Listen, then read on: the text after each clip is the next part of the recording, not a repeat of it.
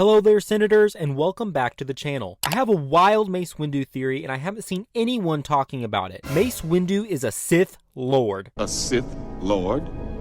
Yes. Okay, not exactly, but my theory supports a similar idea. I think Mace Windu is alive, and we may have just received our first clue in the 3-episode premiere of the Bad Batch's final season. Make sure you watch the full video to get all the details. I would also appreciate it if you give that like and subscribe button a smash. Let's get into it. Mace Windu was a powerful Jedi Master who served on the Jedi High Council. He is most noteworthy for his distrust of Anakin Skywalker, largely portrayed in Revenge of the Sith. During the final days of the Galactic Republic, Windu had become suspicious of Chancellor Palpatine and the emerging threat he posed. Anakin had told him that Palpatine was a Dark Lord of the Sith, known as Darth Sidious. After being told this, Windu and several other powerful Jedi confronted Palpatine to arrest him. Sidious resisted, igniting his lightsabers and cutting down Windu's fellow Jedi. The two strong Force wielders engaged in a duel, eventually leading to the Jedi Master besting the Sith Lord. However, Windu was betrayed by Anakin.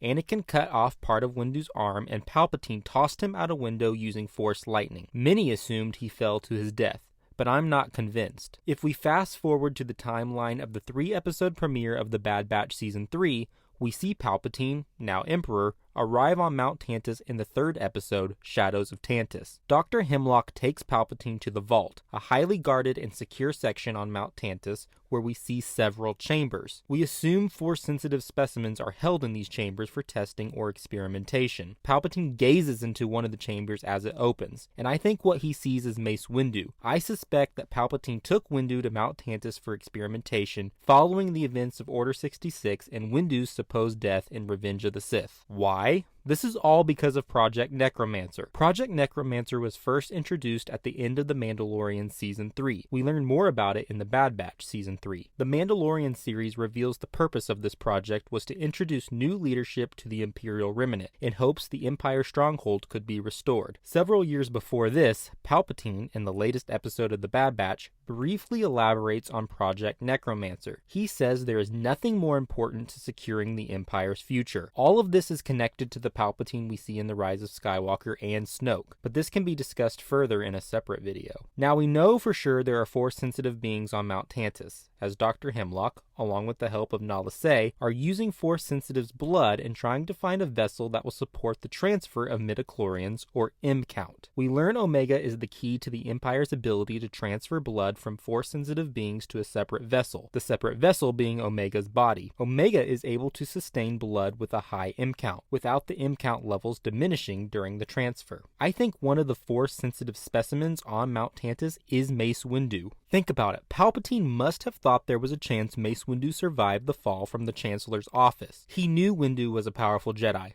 likely with a high M-count. Now that we know about Project Necromancer and Palpatine's intentions, it only makes sense that the Emperor would have tried to obtain every Force-sensitive body he could find that did not pose a threat to himself. If he even had the slightest thought Windu could have survived, he would have sent out his shock troopers, perhaps Captain Kagi, to obtain Windu's body and transfer him to Mount Tantiss for research. Perhaps the clone troopers begin roaming the lower levels of Coruscant at the order of Palpatine, where they find a crippled Mace Windu, crawling for safety, warning everyone of the Chancellor's dark and evil powers. The clones would warn citizens of Windu's treacherous crimes and deceive the citizens to believing the Jedi Order is betraying the Republic. Mace Windu would be turned over to the troopers immediately, placed in Palpatine's Lambda-class T-4A shuttle, and taken to Mount Tantiss. Obviously, this theory relies on the assumption that Mace's body was left intact enough for experimentation. Some will argue that there is no way Mace Windu could have survived the fall from the Chancellor's office. I disagree. As many have discussed before, there are plenty of characters in Star Wars who survive large falls. In a recent poll with an admittedly small sample, close to 50% of respondents said Windu survived falling out the window in Revenge of the Sith. Besides, even if Windu was badly injured, Palpatine doesn't need him to be fully intact. All he needs is his blood. So even if Windu did splatter into several pieces, it's possible Palpatine only needed a small portion of him for experimentation. This idea is supported by the fact that the Empire has used Luke's severed hand for cloning and research research purposes in past Star Wars projects. I theorize that Windu would largely be intact, possibly only missing a limb or two. We could see him alive in the Bad Batch Season 3, or maybe not alive, but in some sort of permanent coma. I suppose we could also see Windu escape, and allow him to be available for future stories in the timeline. What I love about this is you would have a powerful Jedi, largely responsible for the fall and turn of Anakin Skywalker, which ushered in the Empire, alive to see that his actions have consequences. This was brought up in a recent live stream by Senator Travis Mitchell. Shout out to Travis. Windu, the Jedi Master who distrusted Anakin so much, the one who called Ahsoka citizen, and the one who fought so hard to rid the galaxy of evil, but was so dogmatic he had become blind to the darkness and evil itself, could be used in Project Necromancer's cloning experiments to bring the Emperor back as we see him in Episode 9. I suppose it's like poetry.